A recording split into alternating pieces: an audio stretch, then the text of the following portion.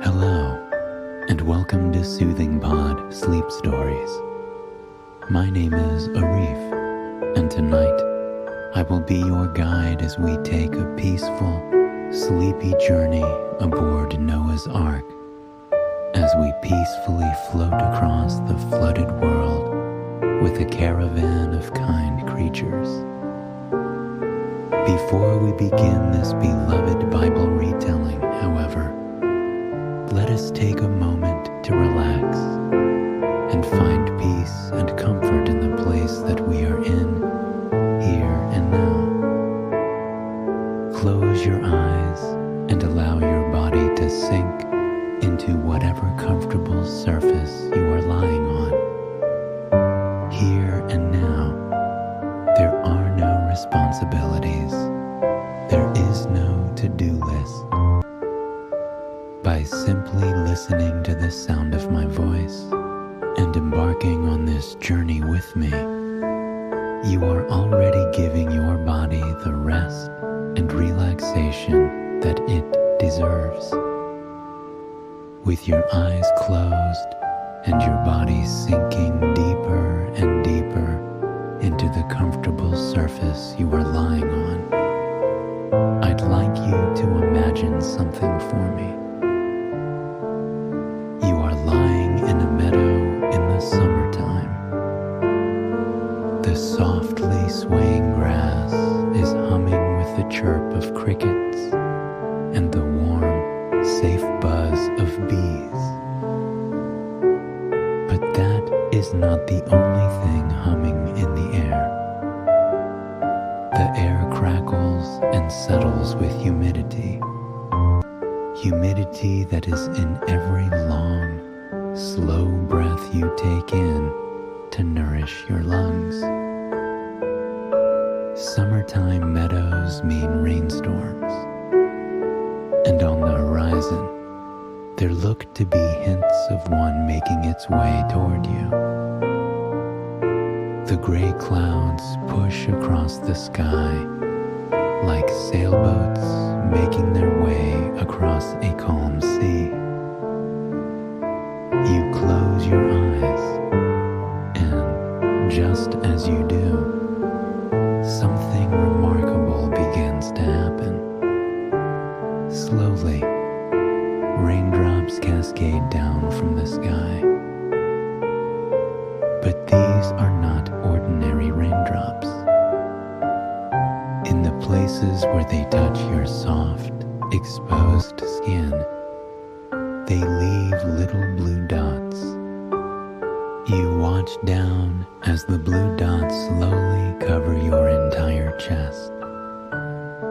As they take over like a warm blanket, you notice how much easier your breathing becomes. Your chest and lungs relax as your breathing slows. Your heart settles to a slow, natural pace in your chest. And, perhaps the most amazing of all, any discomfort in your stomach completely disappears. Your torso is awash in blue now, but you truly don't mind, especially when the magical rain cloud makes its way down to your arms and hands. The blue dots cover your arm, one after the other, until you are coated in a brilliant azure hue. With that hue comes another wave of relaxation. Your hands unfurl, your muscles relax and sink into the soft grass beside you. Any tension you feel there melts away. In fact, the same happens with your legs. It starts with your hips rotating and lying in a soft, supported position. Then, any weight or pain your knees have been carrying melts away. Your feet stretch out as far as they can go, then completely settle into a comfortable position. Finally, the blue dots, if raindrops glide up to pepper your face. Your jaw unclenches and your tongue falls away from the roof of your mouth. Instead of squeezing your eyes shut, they are simply shut and relaxed. Now that we have taken the time to relax and find peace and comfort in the place that we are here and now, let us begin our story. This story, the story of Noah's Ark, takes us far, far back in time. At the time, the world was a place of chaos, of cruelty, of selfishness. It was a dark time when very few people lived a wholesome, godly, or purposeful life. People often quarreled with one another, stole from one another, and lived lives that left God disapproved of. When He had put people onto the earth, He wanted them to be kind. He wanted them to love and understand each other, to treat one another with respect, even in the toughest of situations.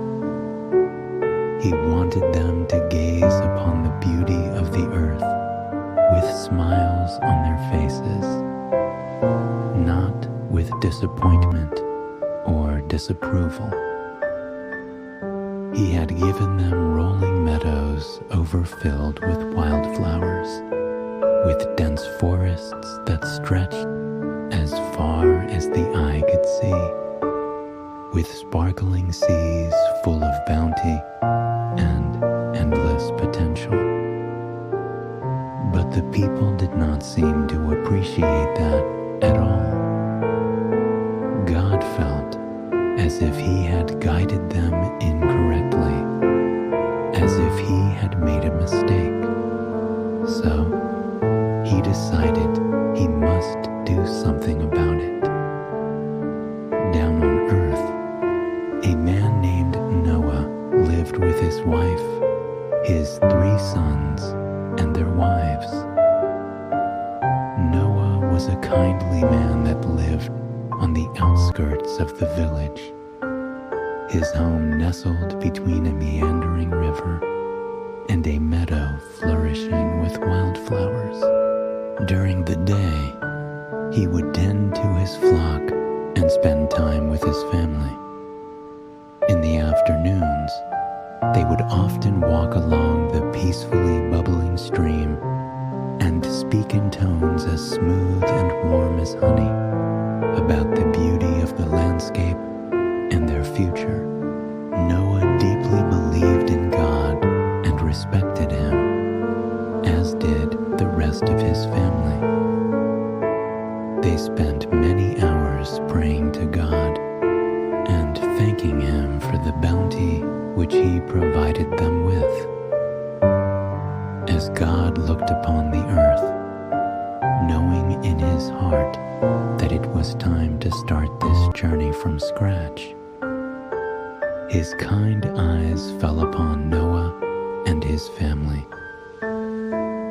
God could not deny that Noah was a righteous, just, kind man, the exact kind of human God had longed to create when He formed the earth. And so, as God gazed upon Noah and the beautiful life he had created with his family, He decided it was them, and them alone, that should be spared from the flood. As Noah tended to his flock one afternoon, he felt a warm sense of belonging wash over him. It left him breathless in a way he had never experienced before. He felt as though everything around him was connected to him, as though he was exactly where he was meant to be. The ground beneath his feet felt more stable than they ever had, and the breeze wrapping around his body filled him with a sense of pride in this beautiful place that he called home. A light shone upon him, a holy light that illuminated him and everything he saw in a blanket of gold and white.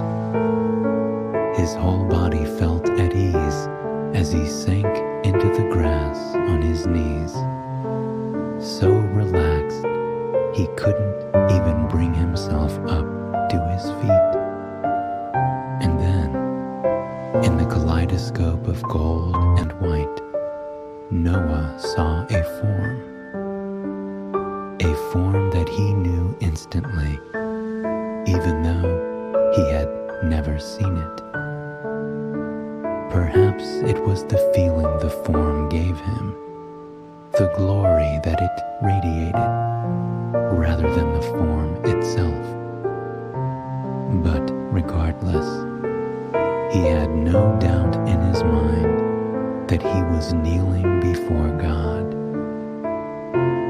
He spoke to him in a soft-spoken, yet powerful voice. It was the most melodic thing Noah had ever heard, like angels speaking to him. God told him that he was going to bring the world to its end and rebuild it. There was too much corruption, too much darkness, too much anger and selfishness in the world. He warned Noah that a flood was going to take over the world. The heavens would open up and rain would pour down, down, down from them for 40 days and 40 nights. The fountains of the deep would break open, filling the world with water and washing it anew. He wanted Noah to be there for the new world, to help him rebuild it and make it a holy place full of love and acceptance. And so, he commanded Noah to heed his words as he said, "I will establish my covenant with you. You will go into the ark with your wife, your sons, and their wives. Build an ark of gopher wood with rooms inside, 3 decks, and a door. Cover it inside and out with pitch." He told Noah to take 2 of each animal and bring it upon the ark so that they could multiply and repopulate the new earth with wildlife. The task seemed massive for one person to overtake, and yet Noah did not feel uneasy or unsure of himself. God's faith in him filled him with faith in himself. With his warm, comforting tone, God assured Noah he would be safe in the ark as long as he followed the instructions that he had given. Noah thanked God for his warning and for enlightening him. And then, as quickly as the flash of brilliant light came, it disappeared. Once more, Noah was simply kneeling in the field. The smell of fresh sweet grass and wildflowers washed over him in a calming wave, welcoming him back to the present moment. He blinked as he looked out over the world with a newfound appreciation. The mountains in the distance, the shape of his home, it all mattered so much more to him now. He looked upon the vista before him with tears in his eyes. Noah journeyed through the meadow more slowly now. With each step, he felt the cool touch of the grass more deeply. He smelled the invigorating aroma of the loam and the earth itself. The breeze brushing around him pushed him along, urging him home with its gentle and reassuring touch. When he arrived at the quaint, cozy home that he shared with his family, he told them what God had told him.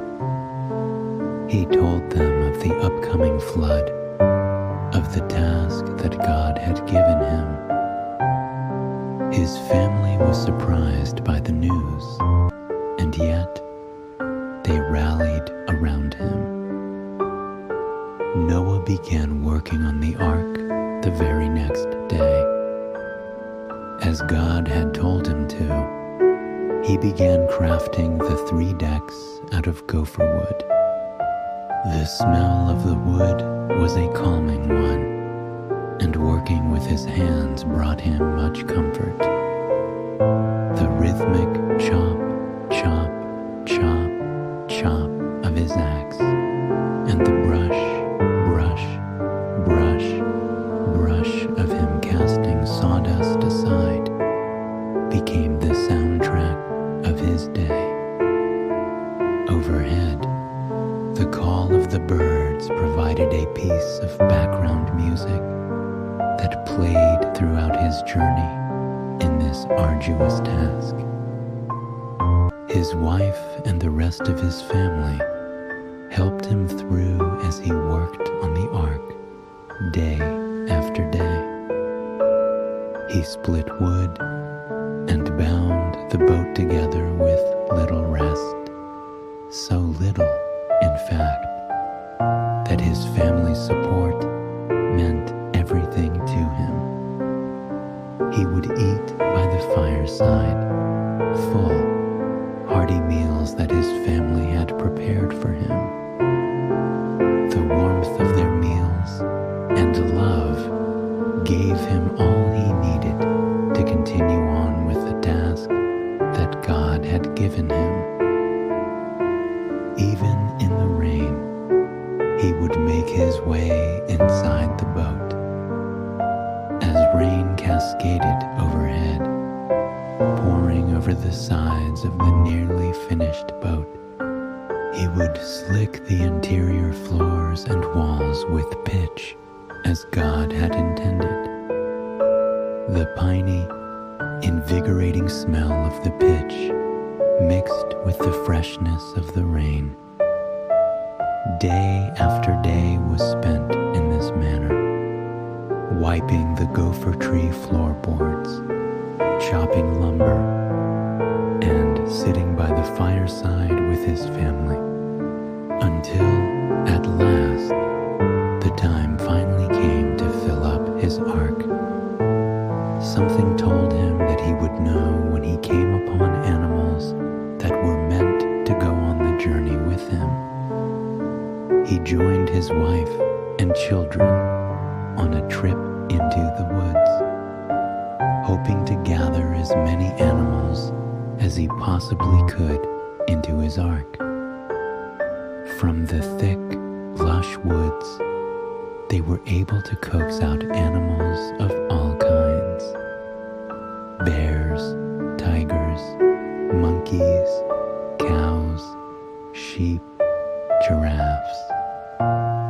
Every animal imaginable was led by them onto the ship with no question. It was as if the animals themselves knew what was planned for them, and knew that this boat would be their salvation. Noah and his family urged the animals into the appropriate places. They filed in, 2 by 2, nestling themselves in cozy sections that had been made just for them. There was plentiful hay and greenery to keep everyone fed and happy. And though the trip wouldn't be easy, standing surrounded by the animals, Noah felt a strange sense of ease. He knew that things were going as they were meant to be, and nothing could stop the willpower of God. It was not long before Noah heard the rumble of thunder in the distance. He felt deep inside of him that the world was about to be changed, that the life he had created would be no more. He looked out over his home, his cozy house with his wife, the homes his sons and daughter-in-laws had created. And instead of sorrow, he felt a sense of pride and hope. They would rebuild the world into something magnificent. It would not just be their homes that were righteous, kind ones living under the words of God. It would be every home around the globe. With a loud clap of thunder, gray clouds swept across the sky. It was a mosaic of grays, of black, white, slate, and stone, all merging and dancing against one another to create what felt like as much tension as possible. No one had ever seen clouds so large, so obstructive before. The mountains in the distance faded behind the cottony puffs of gray and black, disappearing from sight. The grass and the trees seemed greener than they ever had before. They were utterly aglow, popping against the drab backdrop. The wind scattered leaves with every gust, blowing them across the grass like tumbleweeds across a prairie. Even though Noah knew the storm before him was going to be destructive, there was some magic in it, some immense beauty. It was the power of the earth and of God that he had never seen before. The color of the clouds, the speed of the wind, the wayward way the leaves danced across the billowing grass. He could hardly keep his eyes off the scene. The only thing that guided his attention away from the scene on hand was the feeling of the first drop of rain landing upon his cheek. His wife slipped her hand into his, rubbing it for reassurance and encouragement. They knew this was to happen, but not. It was actually time. The family stepped onto the ark, lifting the ramp up behind them. They found themselves safe in the main room aboard the ark, a room for cooking and sleeping and telling tales to pass the time. In the center, a fire crackled over the seemingly endless logs that they laid down in the hearth. A pot sat over the top, a pot where they would make their meals for the rest of the trip. In spite of the circumstances, everyone was relatively calm. They held one another's hands around the fire and offered a prayer for the renewal of the earth, a prayer that life on the other side would be more beautiful than they could ever imagine. As soon as they found that, the rain began to pick up. The soft, calming pitter-patter became a constant drone of rain pouring down over the roof. None of them had ever heard anything so powerful, and at the same time, so soothing. They gazed out the windows of the ark in awe as the rain cascaded down around them, spilling just beyond the glass panes they had created. It pooled at the base of the ark in no time, washing out the meadows and forests that they had once called home. And, once more, there was something oddly beautiful about it. The family knew that in time, the waters would recede, the lands would be fertile, the animals healthy, and the future bright. Saying goodbye to the old land was simply welcoming in the brand new land. They sat around the fire and spooned bowls of soup to one another on the first night together. It didn't take long before the waters picked up the ark, and for the very first time, they were floating. The family gathered around Noah, praising him and showering him with compliments and affection. He had followed God's word and created the ark just as he had said, and they had no doubt that the ark would serve them for the rest of the journey, no matter how long it may be. And it would be quite some time.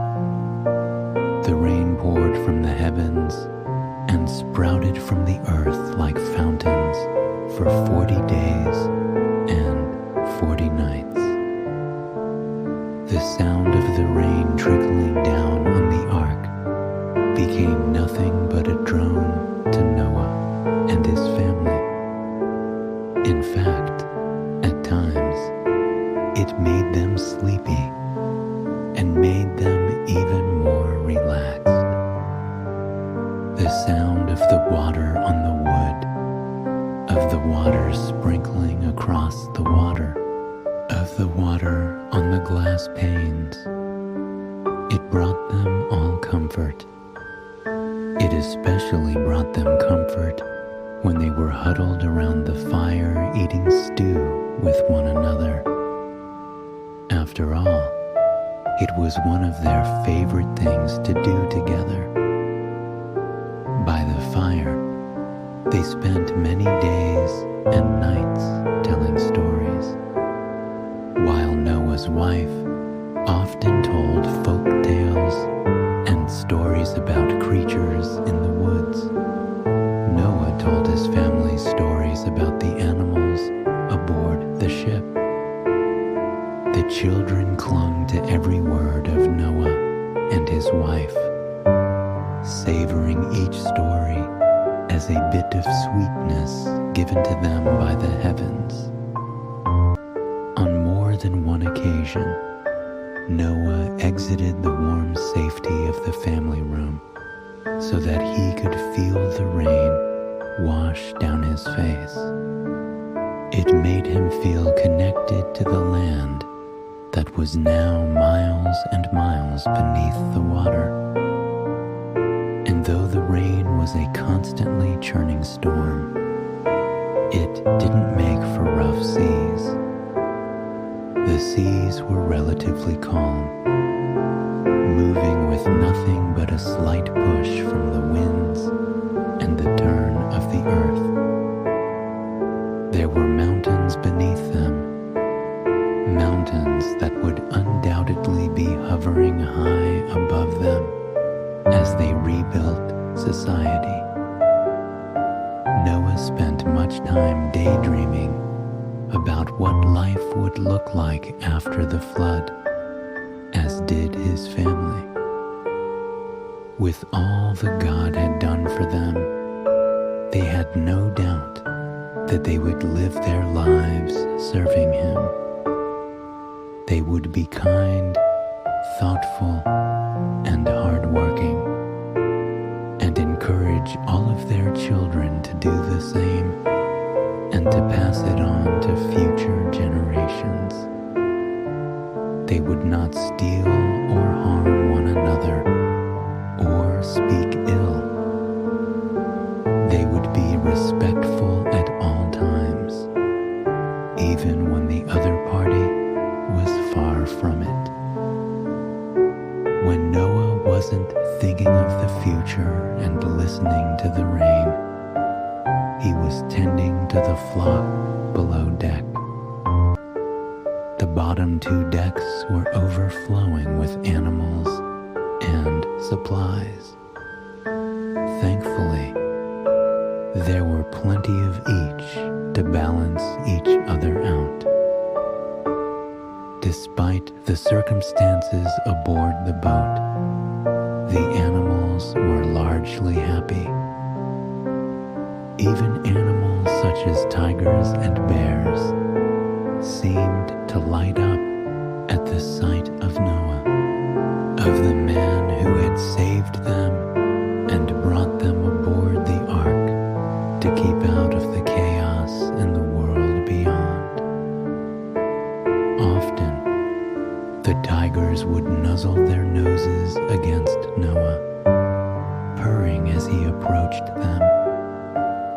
The warmth of their fur was like a balm on Noah's soul, bringing him comfort on the rainiest of days. In the eyes of the animals, Noah could see their gratitude and excitement. They knew that they were heading for a new world and better days, a world that could be built on their own terms.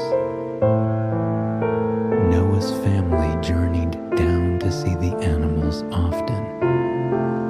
They loved to brush the soft fur of them and shower them with words of reassurance and kindness.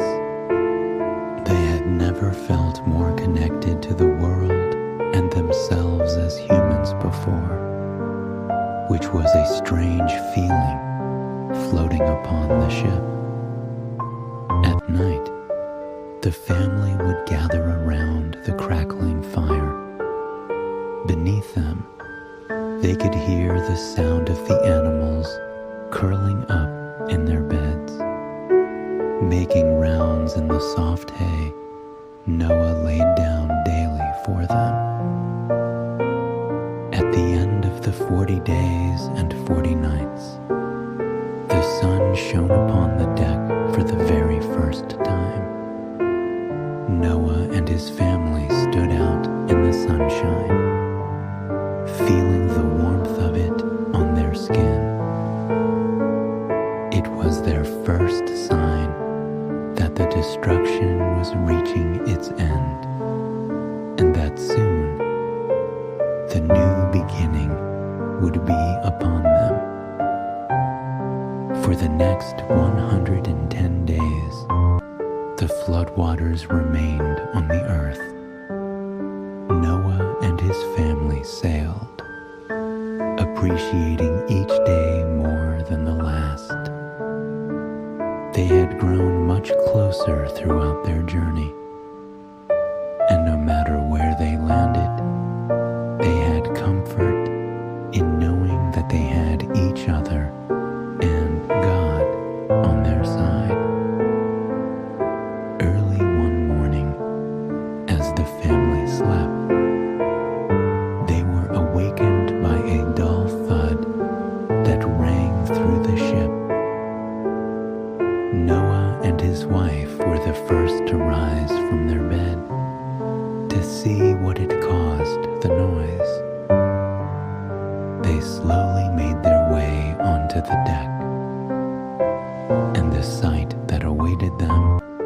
stopped their hearts, because before them there was land. The ark rested on the top of the mountains of Ararat, and from its final place they could see the world below them in a brand new light. As the sun rose, it painted the landscape before them in breathtaking hues of gold, of blue, of pink. It was like they were seeing the world for the very first time.